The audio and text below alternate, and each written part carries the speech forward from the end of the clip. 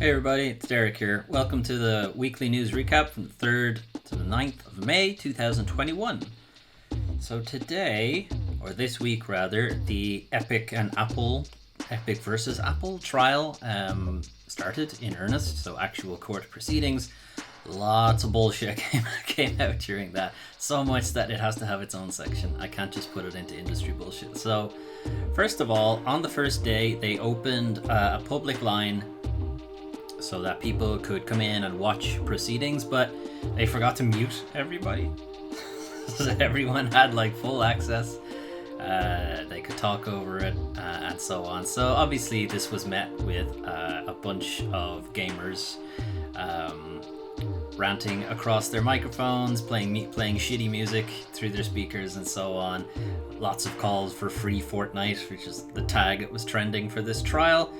I can't believe there's a tag for a trial anyway. There's even one person who said, "I would suck all of you to get Fortnite mobile back." It's like, it's on Android, but presumably he means iOS in this sense. But yeah, they had court clerks.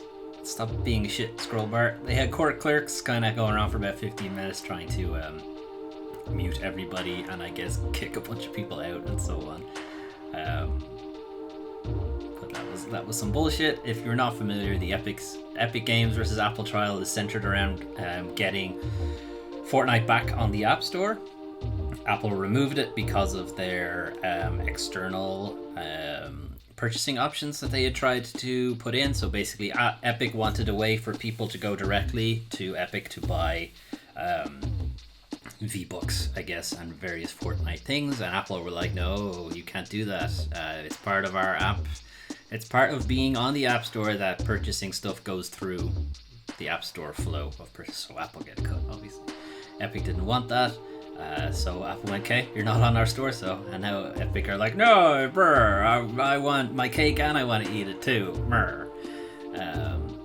and also the 30% store fee is monopolistic, even though all of them, every store charges this. It's the same cut. The only ones who don't do it are Epic, just so they can say they don't. And for Apple's part, they're just saying Epic are trying to cut costs, being shits, want what they want everything and don't want to have to do anything. My scroll wheel is being a shithead. Anyway, some more Epic stuff came out. Here's what Epic paid to give away all those free games. So Epic gives away a free game every month or so, I think. Maybe a bit more recent than that. As part of the discovery phase of this trial, a bunch of documents were leaked. Or not leaked, but like put into the public sphere because this is a public trial. It's available for people to watch. So these are the documents that came out. Some of them are available for public viewing, some of them are not. These Epic released themselves. These weren't leaked. Epic decided to release these ahead of trial for whatever reason, but they have a document revealing what it paid for specific games users were able to download for free. So these are the games that Epic give away for free on their store, but obviously they have to pay the developer/publisher, usually just the publisher, for doing that. So the publisher still gets some money out of it. So there's a breakdown here on this screenshot. Stuff that they paid for various things. The biggest one is Batman Arkham, paid to Warner Brothers for $1.5 million. The lowest is $0 paid to Koch Media for Metro 2033 Redux. So I don't know what happened there. I think Epic have a stake in Koch Media, or they're partnered in some way. One shitty thing. So this article from Nathan Grayson does point out some of the bigger ones. Batman Arkham, which is for Warner Brothers. Subnautica, which is... It's kind of surprising Subnautica got so much. They got 1.4 million. And then Mutant Year Zero got 1 million. Then the lowest was, as I said, Metro Redux, $0. Rhyme 45. And then a bunch of indies got some really low ball, just 50 grand stuff. Epic are kind of setting themselves up as this champion for independent developers, in particular for iOS and App Store, for giving them a better cut on stuff, for letting them have different stores that they can sell their stuff through, so they don't want anything on iOS to be paid through Apple. They say there should be more, and there should, on Android, on PC, on PlayStation, so on. But then they go and lowball them, like 50k versus a couple of million for different games. Whose side are you actually on? Maybe, yeah. Oh my god, scroll wheel. Okay, I'm going back to locked because it's being a big dick at the moment. Okay, major publishers got a lot, while indies only got a little. That's not surprising, but it is counter to how Epic are trying to set themselves up.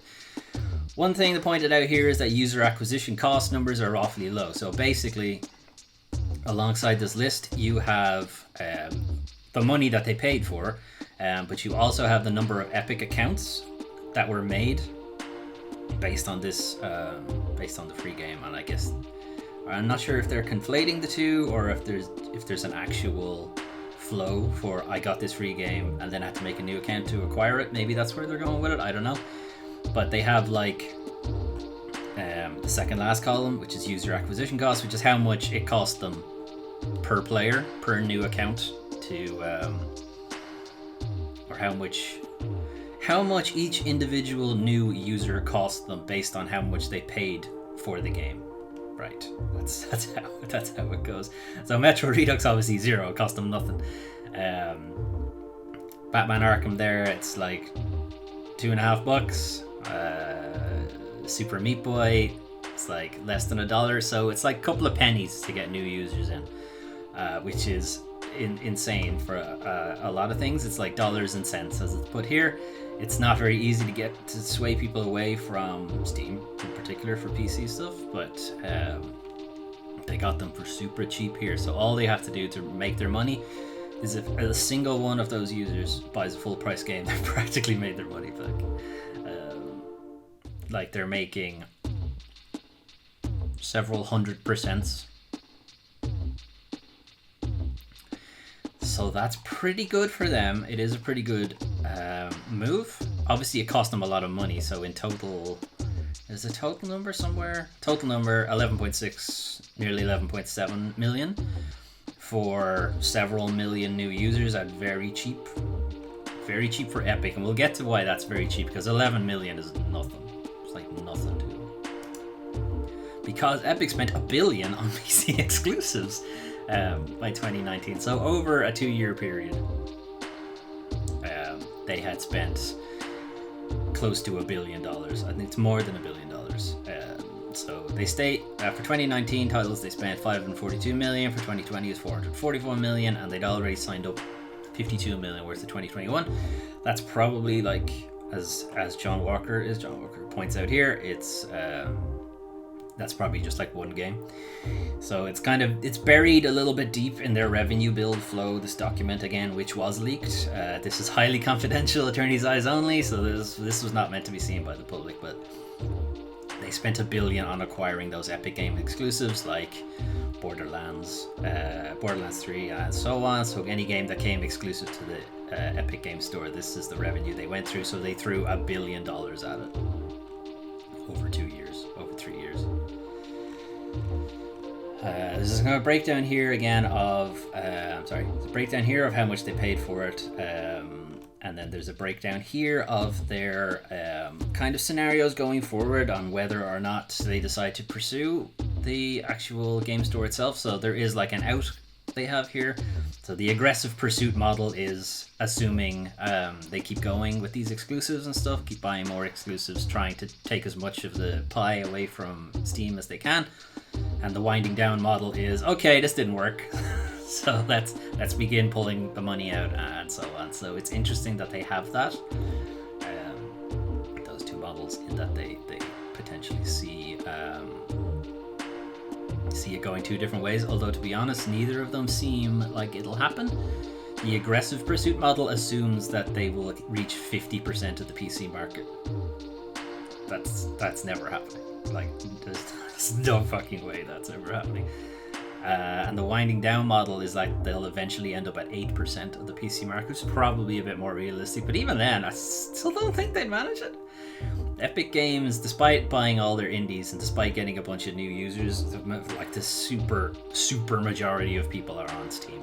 Like, it's... On the other hand, Fortnite earned $9 billion in 2 years, so it's not like Epic don't have a shit ton of money. Fortnite generated $9.1 billion in revenue across 2018-2019. Numbers for 2020 and 2021 not available yet, but I imagine it just went up. Again, these are from documents that people were not supposed to see, but they were leaked out. And this goes on to basically say that Fortnite is like, it makes a shit ton of money, it's across a bunch of different things, and they've got partnerships with Marvel, they got partnerships with Star Wars and so on. That makes them a lot of money. Basically, Epic just are fucking flush with a considerable amount of money. All their different partnerships have netted them a great deal of money. They're obviously down on money on iOS because Apple kicked them out of the store, but that money probably would have jumped even further at that point. Some other kind of inside industry shady news stuff that came out from the Apple versus Epic trial, and there's a bunch of stuff. Like, I'm not even getting all the stories together here, but I picked out some of the more interesting and more shit ones. Epic tried to convince Xbox to make multiplayer free alongside Apple Fight, and the tried to is a bit... It seems like it worked, because you might recall a story from last week or the week before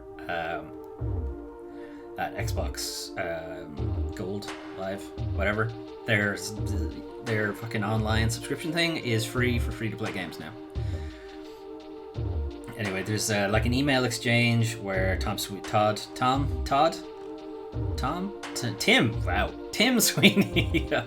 of Epic emailed to Phil Spencer of Xbox, basically saying, "Hey Phil, well, why don't you make Xbox subscription free multiplayer? It'll be really good for Fortnite. Get you guys lots of money. People want to buy the V-Bucks and whatever, and buy their skins and whatever it is the kids do these days."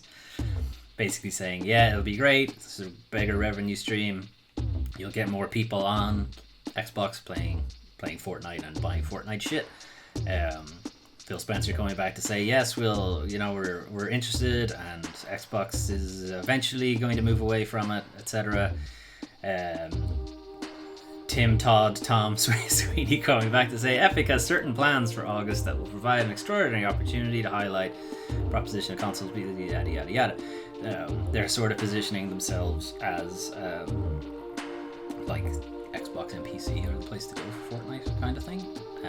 There's some stuff in here about their marketing,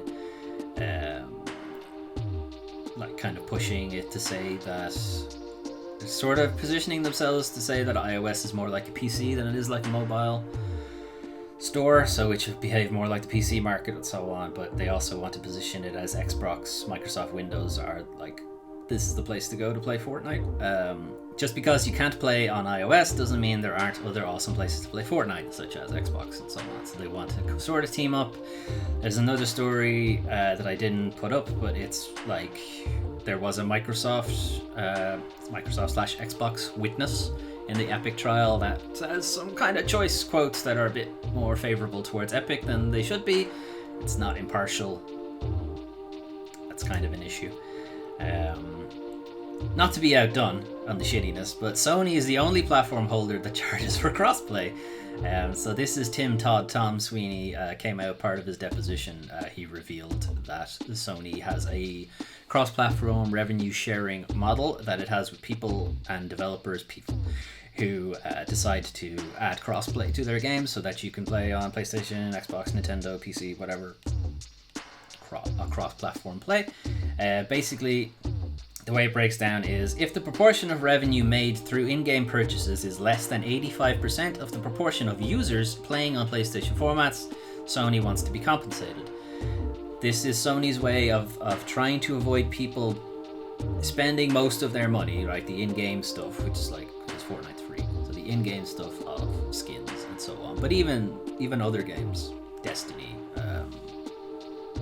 Outriders, that kind of thing, where they have like in-game microtransactions. Does Outriders have in-game?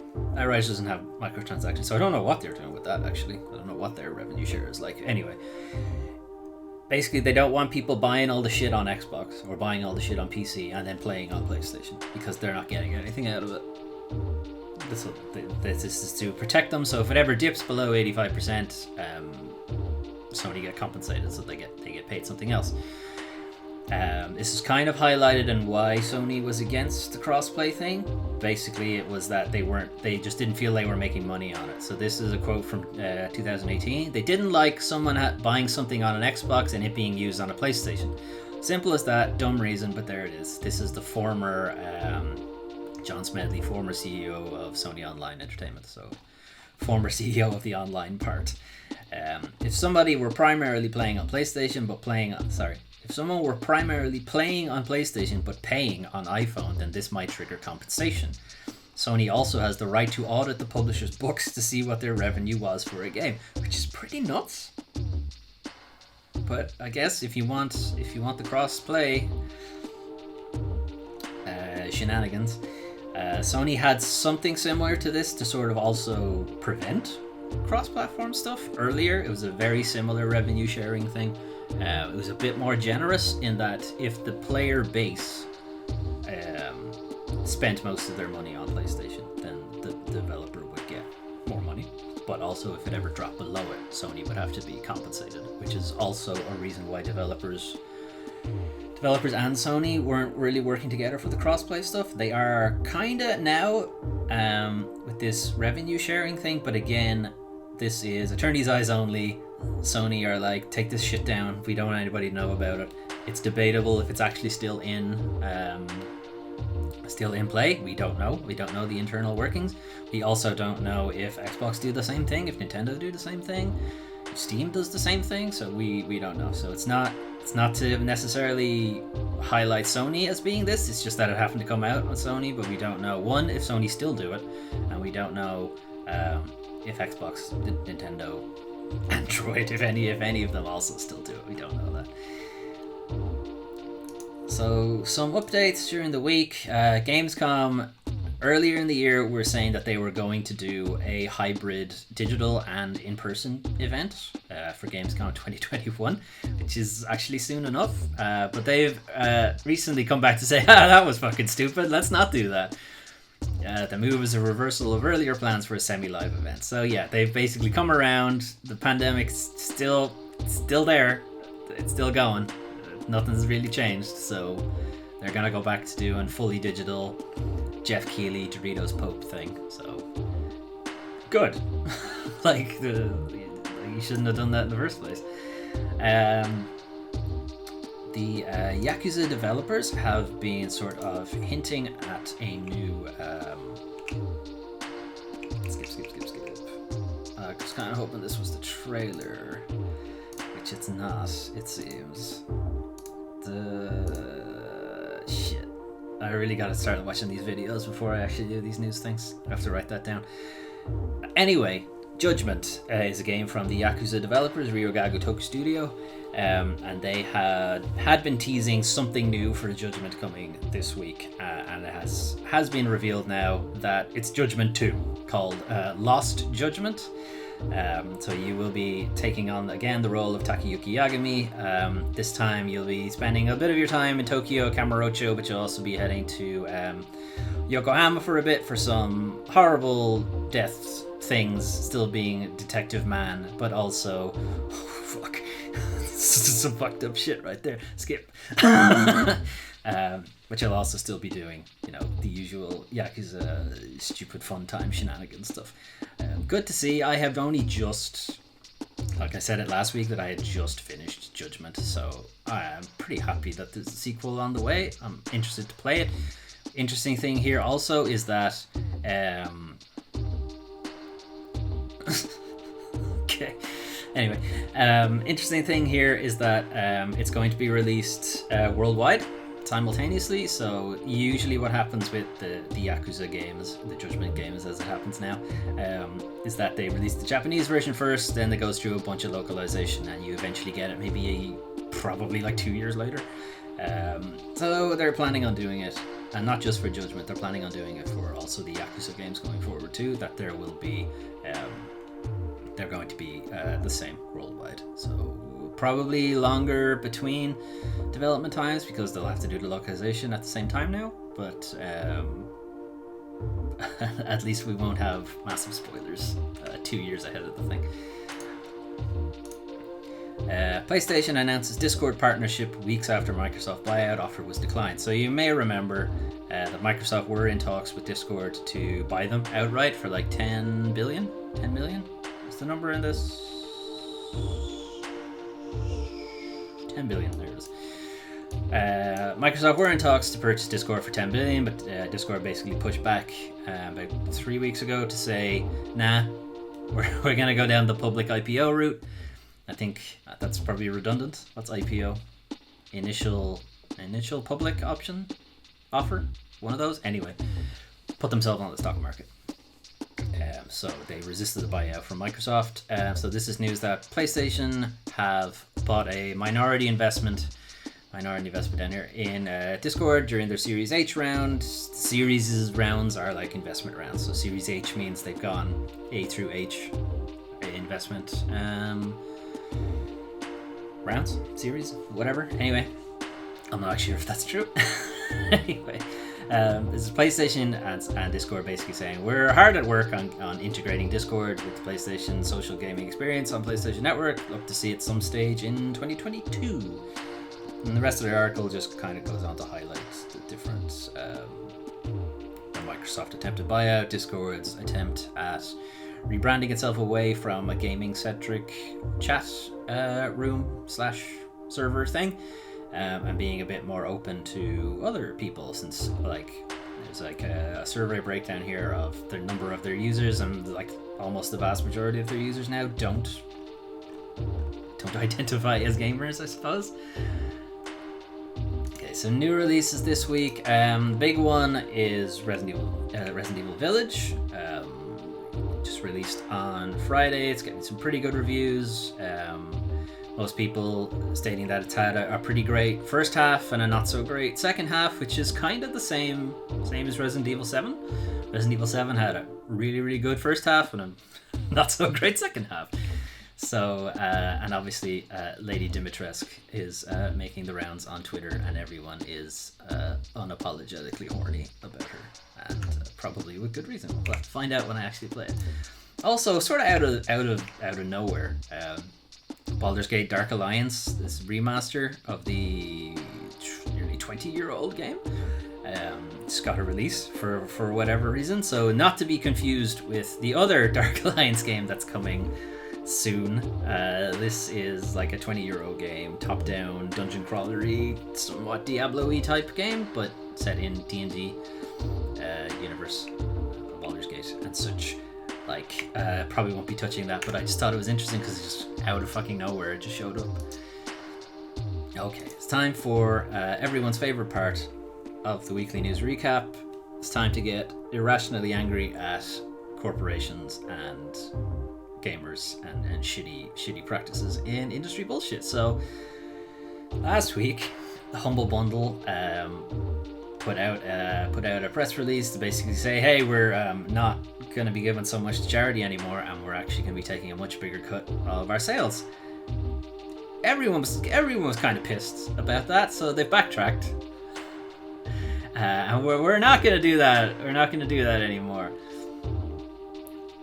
They had announced that charities would only receive 5% of customers' money, and Humble would be taking 15%. There used to be sliders where you could decide how much a charity got, how much a developer got, how much Humble got. Anyway, they're going back to using the sliders. But this is how it's presented to you when you get there. You'll notice the sliders aren't immediately noticeable. And that's because there's a little arrow there where it says choose where your money goes. You got to click on that. It's not visible by default. So they're still kind of hiding it. They're still sort of hoping you'll just click straight to add to cart and be done with it. The bundles currently on the site have had the sliders reinstated, but they're hidden by default and can only be revealed by clicking a small drop-down menu, i.e. this little arrow here. When the sliders are shown, they are set in a default position. So the default position breakdown is here. The default is still 5% to charity, which is what they had in their initial thing. But the initial Humble thing of 15% has jumped. It's jumped to 30% for games, 40% for books, and 45% for software. That's by default. So if you ignore the drop down thing and just do the straight add to cart, buy, You're actually giving them an even bigger cut than what they had stated they were going for. So make sure you use those sliders and adjust accordingly. It's pretty shitty. The rest of the article goes on to sort of reinstate the previous attempt of Humble to take a bigger cut. Some mention of how they're at the backtrack, like the apology, but thing that's down here at the bottom that I thought was interesting, the blog post doesn't make any mention of the new default split, so they don't make any mention of this update where Humble is suddenly taking more than double in some places. That's not good.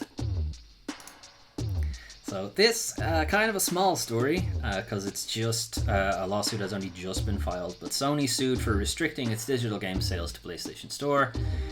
Sony stopped selling digital download codes for its games through retailers. So you might have seen, you go through GameStop or Best Buy or Walmart, wherever you happen to be, and there might be a little carousel with these little cards on them that have codes for digital titles, so you can buy them on the digital store.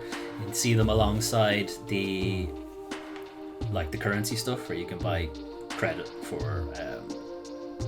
Nintendo eShop or the PlayStation Store or whatever. There'd also be things there for specific games where you could buy them through that, but they stopped doing that a good while ago, 2 years ago, as it says in this thing. And the lawsuit is basically alleging that limiting the digital purchase of PlayStation games to the company's own store creates an unlawful monopoly. Yeah, I mean, it does, but I don't think any of the others are doing the same thing. Sony's monopoly allows it to charge super competitive prices for digital PlayStation games. I mean, it allows it to, certainly, but have you ever gone on the stores? The fucking sales they go through every 5 minutes? Anyway, significantly higher than their physical counterparts, debatable. Sold in competitive retail market, very debatable. GameStop jacks up the price all the time. Significantly higher than they would be in competitive retail market. Yeah, if there was an actual competitive market and people weren't sticking to RRP and the digital stores weren't hamstrung by having to stick to the physical prices and they could price them correctly. Consider they don't have to press anything, they don't have to make CDs, they don't have to make the boxes, they don't have to ship anything. Why is it the same price? Anyway, that's all. It's they're correct in that there's definitely a monopoly in the same way like the Play Store is, well, the Play Store is not really a monopoly because you can sideload apps on Android, but on iOS, sure. On Xbox, yeah, they're digital games. Only one place you can get them is through the shop. I'm not sure if Xbox and Nintendo have those little cards that like you can buy an actual code and do it that way and maybe pay a little bit less. I guess it's possible. Your chances are the physical copies, you're probably better off if you're actually trying to get for like a deal for like new games. Sony runs sales all the time on the PlayStation Store. Nintendo hardly ever run sales, and when they do, it's very rarely for first party stuff. Like Nintendo first party stuff is still full price. It's still the price it was when it was initially released. They hardly ever run sales. I would much rather have people direct their ire at that instead. Anyway. Witcher 3 director leaves CD Projekt following bullying allegations. So CD Projekt still not out of the industry bullshit section. More from them. Konrad Tomaskowicz, I have no idea if I said his name right, director of Witcher 3, has resigned from his position at CD Projekt after being accused of workplace bullying. Tomaskowicz told CD Projekt staff that an internal investigation found him not guilty of this alleged behavior, but he is nevertheless stepping away. Okay. if you were found not guilty, then why step away? Clearly he feels maybe it should have found him guilty. I don't know if it was a technicality or something. Either way, he is stepping back. He referred to the fear, stress, or discomfort that employees may have felt while working with him. He apologizes for any bad blood he has caused to CD Projekt. The rest of this article just goes on to highlight Tomaskowicz's place in CD Projekt. He started out as a junior tester on The Witcher and eventually ended up as director of The Witcher 3. Oh, that's pretty good going, honestly. Although, considering it was the bullying, the fear, and bad blood and stuff, maybe it's not. Maybe it wasn't as good promotion as it perhaps should have been. I'm going to continue working on myself. Changing behavior is a long and arduous process, but I'm not giving up. I'm not giving up, and I hope to change it. So, 1, shitty behavior from a person in power, not great. 2, it's the company somewhat sweeping it under the rug by saying he was not guilty of this behavior, because it's an internal investigation. So CD Projekt did an investigation on one of their most powerful people, who they were going to bring on to do The Witcher 4 or whatever it ends up being called. It's highlighted here somewhere, the next Witcher game. After his success with the previous installment that had over 30 million copies sold. So yeah, they clearly wanted to keep him. So chances are that the internal investigation may have brought up bullying, but they decided to ignore it because money. And it's not like we don't know CD Projekt aren't about that kind of thing from previous stories. But good for him for actually stepping back, or stepping down rather, because he's resigned entirely and going to work on his behavior. At least he has, said he's going to do. Now whether he does it or not is entirely up to him, but at least he's taking those steps. So that is good, but not good. Not good from CD Projekt for allowing this to continue for who knows how many years. Witcher 3's been out a good while, so he's been there a good while now, and their alleged investigation somehow turned up or it wasn't no evidence, but not guilty. I suppose they didn't necessarily say there was no evidence. Anyway, okay guys, it's time for everyone's favorite part of industry bullshit. It's time for us to shit on Google Stadia. So Tom Sweeney, again part of his deposition this week, says that Stadia has been significantly scaled back, or significantly cut back, as he understands it. So he was asked in the trial, do you know whether or not Google Stadia is in existence today? Who knows? The judge objected, saying that this might reveal information that shouldn't be available to the public. But for whatever reason, the lawyer was able to get past that, so it was overruled by the judge. Interesting. Okay. Anyway, my understanding is that after public launch, Google Stadia has been very significantly scaled back, which we are well aware of. They have acquired a bunch of developers and then not made any games and then shut down those development studios. A bunch of heads have left. There's some more news stories about that. Again, this story actually just goes on to highlight some of the stuff we'll be talking about in a second, but I just thought it was funny that he was just asked, is Google Stadia a thing? Just nothing about the trial, just tell me, just level with me, is Google Stadia still a thing? Stadia loses former key Assassin's Creed talent to Jade Raymond Famous Studios. So you may remember Jade Raymond was brought on to take over a studio for Google Stadia to make exclusive games for them, but then they shut down the studio without making any games, and she left to form her own studio, Haven Entertainment Studios. Several notable Stadia employees have now followed Jade Raymond to the recently established studio. So Google Stadia continues to hemorrhage talent. Who knows what's happening with them? It's clearly not a good look for them. This just goes on to highlight some of the people that have left and their position at Google Stadia and such. Some people who've worked on Assassin's Creed, some people who've worked on... Was Dishonored in this one, or was it on something else? No. Wasn't this one. Okay. I think this is it's a bunch of Assassin's Creed people, anyway, who've left to join Jade Raymond. And not to be outdone, Google Stadia has also lost their head of product. It's like, oh boy, you guys are doing great. How long until we see Killed by Google? How long do we see Stadia added to that list? But basically, it's not surprising that their head of product is left, because the whole thing itself has been floundering, and Google obviously has a reputation for abandoning projects that aren't going well. Hell, it has a reputation for abandoning projects that are going well. Never mind not going well. Anyway, not good. more problems at Stadia. I'm not surprised. I can't imagine it's going to be around for much longer. So this story in and of itself isn't a big deal. Well, it's a bit of a big deal, but it's more to highlight Returnal and their save issue. So Returnal, as we talked about last week, it's a roguelike where it's a very difficult game where you will die a lot and have to replay sections. The sections are procedurally generated. You know, you get upgrades and shortcuts and shit that unlock as you play. So the game gets a little bit easier as you go. It's a fairly typical roguelite version. The problem is Returnal runs can stretch into the hours. Like, I've seen people on Twitter like saying that 5-hour run of Returnal and I died and I gotta start again. It's like, woof, that's pain.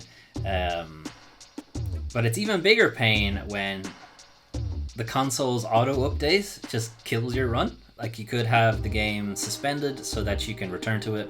Because again, it's not like you can typically sit down and play like 3, 4, 5-hour stretches. At least I can't. Like, that's clearly just a weekend thing. And even then, I'm not gonna get that kind of stretch. I gotta fucking eat at some point. This story is just the Returnal devs telling you not to use a key feature of the PlayStation 5, which is its auto-updating function. We can auto-update in the background.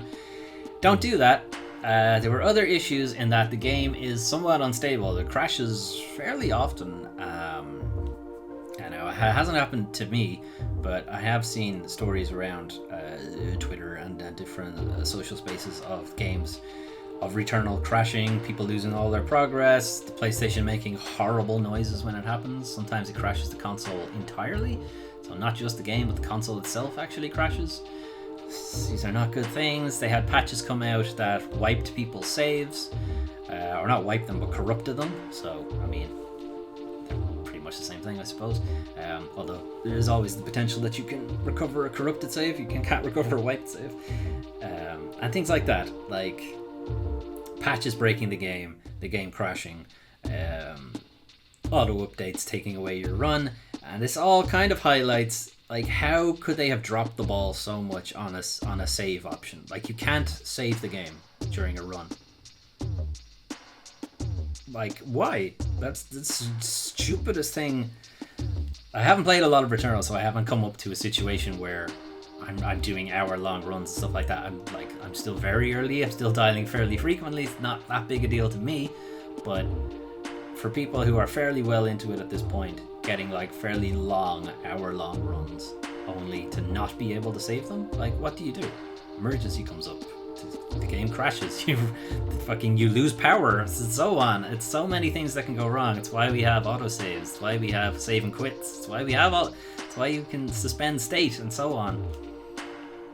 I really hope they push out a patch or something, an update that adds some kind of save option for Returnal, because it desperately needs it. And I can't see how they got through game testing, how they got through focus testing, how they got through alphas and betas without having some kind of save function. It's nuts. Anyway, let's move on to some dumb stuff. Now, the dumb stuff may almost possibly be entirely sponsored by Capcom and Resident Evil Village, because it's mostly about Resident Evil Village. But just this one, there's a number of stupid shit that came out during, or dumb stuff if you prefer, that came out during the Apple Epic trial. There's some stuff about Tim Sweeney having to point out what a PlayStation 5 is. There's some stuff about, does Epic technically have porn on its game store, which is sort of is the answer, in that you can get to itch.io through the Epic Game Store, and itch has porn on it. Not porn, but like adult games, I suppose, is the way to look at it. And does that technically mean then that Epic Games has adult games on its site? And there's like a massive technicality that no, because it's technically a separate app. So anyway, plenty of stupid shit. There's also one of Tim Sweeney having to apologize to Ubisoft for fucking up Uplay integration, and then there's one of Tim Sweeney sending an email to Tom Apple, Tom Cook, and Tom Cook basically replying, "Who are you?" That was funny.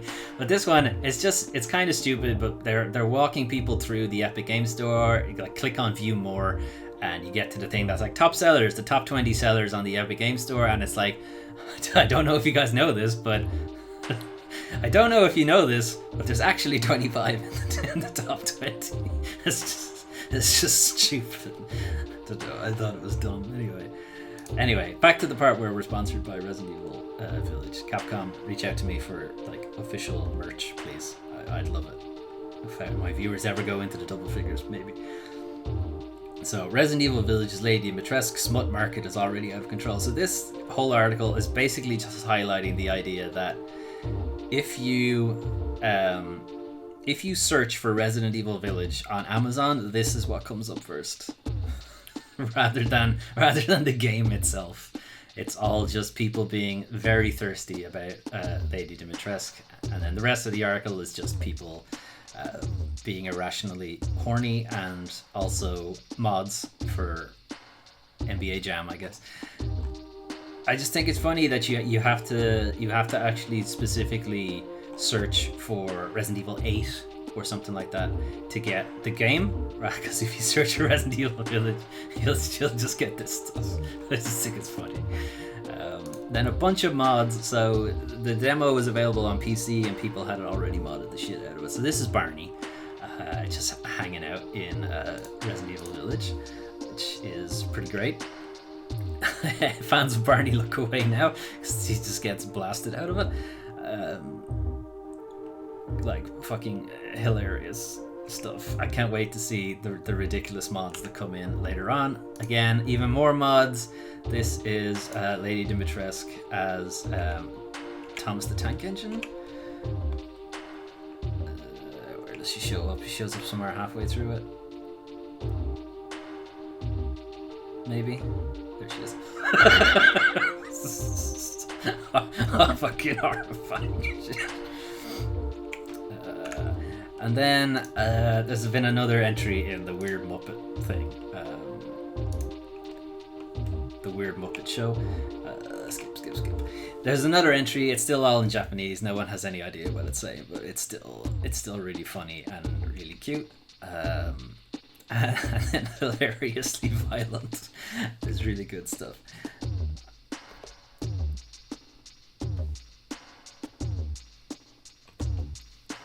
Sorry, I had to wake up my Steam Deck there. Anyway, Stream Deck rather. Anyway, that was the news for May 3rd to May 9, 2021. Lots of stuff about Epic versus Apple, even more stuff than I could really get into. There's like little tidbits coming out, leaked documents, public documents that should be there, some documents that ended up in the public inbox that shouldn't have been there, mostly the Sony stuff. How they take a big cut, how they want compensation if it drops below certain percentages and stuff like that.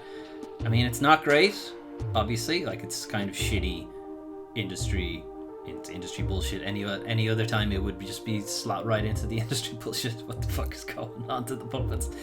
Anyway, sorry, I'm mesmerized by this. Anyway, some other stuff about like Epic splashing the cash, trying to get themselves almost trying to get themselves a monopoly, like trying to get to 50%. It's technically not a monopoly because it's not 51% or whatever.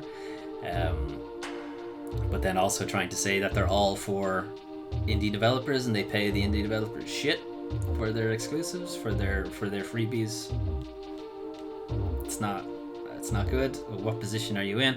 There was a tweet I saw recently, and it came out during the Epic deposition, but basically it was like, if Apple gave you a sweetheart deal where you could get what you wanted but no other developer could get it, would you take it?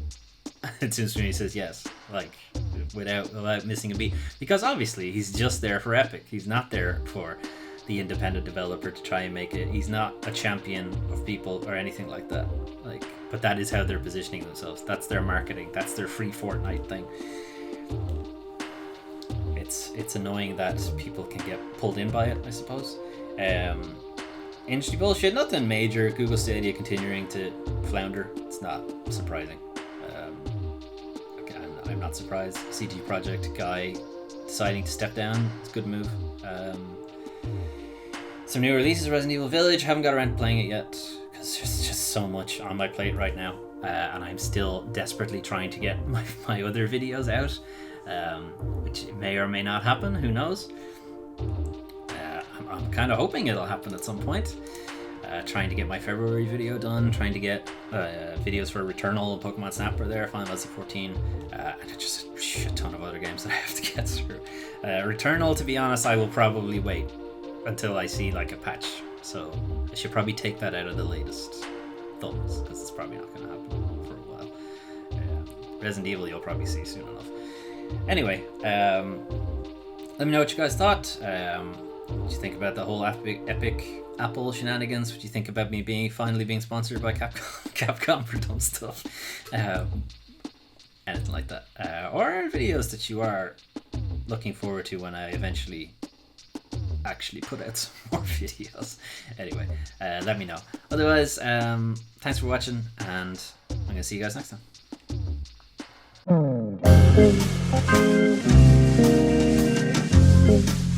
time.